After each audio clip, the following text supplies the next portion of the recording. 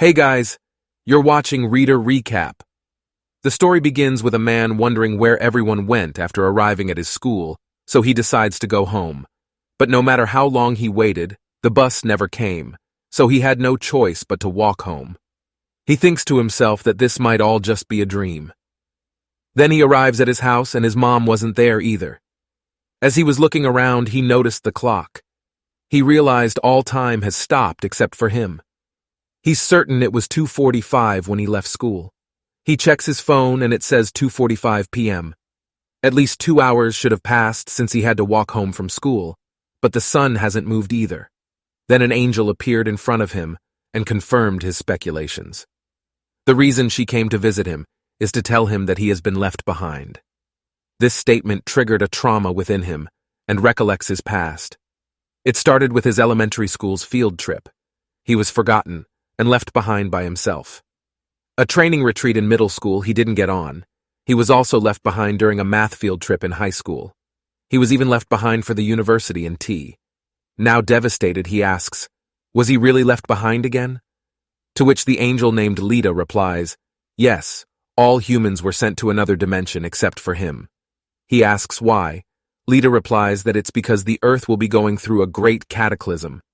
The Great Cataclysm means Earth is leveling up to the next stage because it has reached the maximum number of experience points. What that means for high-ranking individuals is that mana will be released. Also, an archaic record will make contact with Earth, and humans can get a sense of that record and call it status. Once mana is released on Earth, monsters will appear. Monsters cannot die from simple guns and swords, and a monster formed by high-ranking energy wouldn't even die from a nuclear missile. If they just leave mankind as they are, they'll be at risk of being annihilated by the monsters. Therefore, God stopped time on Earth and sent all humans to another world, so they could have time to train and adapt to mana. To be precise, their real bodies are kept in a safe place, and, by creating avatars, they're sent to another world. That's how mankind is learning to use mana in a different world. Then, they'll at least have the bare minimum to go against the monsters. As he hears this, he asks her what about him and commands the angel to fix their mistakes. But the portal is already closed, so that'll be difficult. He adds a stealth skill that even God couldn't recognize is really amazing. How does a god that's stupid exist? He shouts angrily and pleads to take him to the other world. Lita comforts him and says the merciful God takes pity on him since he was left behind, and has decided to give him a bonus, and that bonus is hers. It'll be 10 years until mankind comes back. She will take care of his meals, so she asks him to just wait. He asks what to do for 10 years. Lita suggests training his body to prepare for the upcoming Great Cataclysm. So, even if the Great Cataclysm happens, he just needs to be physically strong. 5 years have passed since humans disappeared from the Earth. While other people were building up their mana during that time, he worked hard at the gym in developing powers to resist the monsters. All he could do was work on his physical strength. His meals were also prepared by Lita. She came to visit him once a week, and when it was time to eat, his table was automatically filled with food. Honestly, it was even better than his mom's cooking. Furthermore, even the dishes were done automatically. Then, he decides to learn martial arts. It is a good thing that electricity and the internet both worked. Then, 4 years of studying martial arts passed like that. So, Lita asks him if he wanted a spar, but Lita was a star of potential born for fighting and defeats him easily. And so, the promised 10 years all went by. He is preparing his looks and saying their goodbyes as he waits in the field. However, 10 years, 20 years, 50 years went by, but the people did not return. As the years passed by, he stopped counting, and he no longer remembered his mother's face. Then he was born of martial arts, so he decides to train while he reads books. After that, he reads books all day long. At first, he reads modern novels, then business books, general knowledge, history, geography, physics, chemistry, art, and so on. He has read all the books in the library. He thought he'd be better off learning other languages, so he began to travel the world, starting with nearby China, followed by Russia, America, Europe, the Middle East, Africa, and so on. He has visited all of them and learned several countries' languages. A very long time went by. Now, I have read all the books in the world, he asks himself, on what to do now. So he decides he has no time to be tired. There are so many things for him to do before the great cataclysm comes, and goes to look for something to do next. Lita looks at him with sorrow. Even after spending several hundred years alone, he still believed that people would come back. Everything was preparation for the great cataclysm. Therefore, she prayed to her God in order for Ellen to overcome this. Then, after reading every book in the world, he started learning butchery and blacksmithing. It's been 274 years since Ellen was left behind. Lita thinks to herself, that's a long time, even to an angel like me.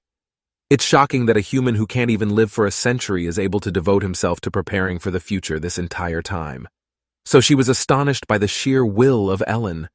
It's been 100 years since he was left behind, and he has completely mastered the skill of butchery.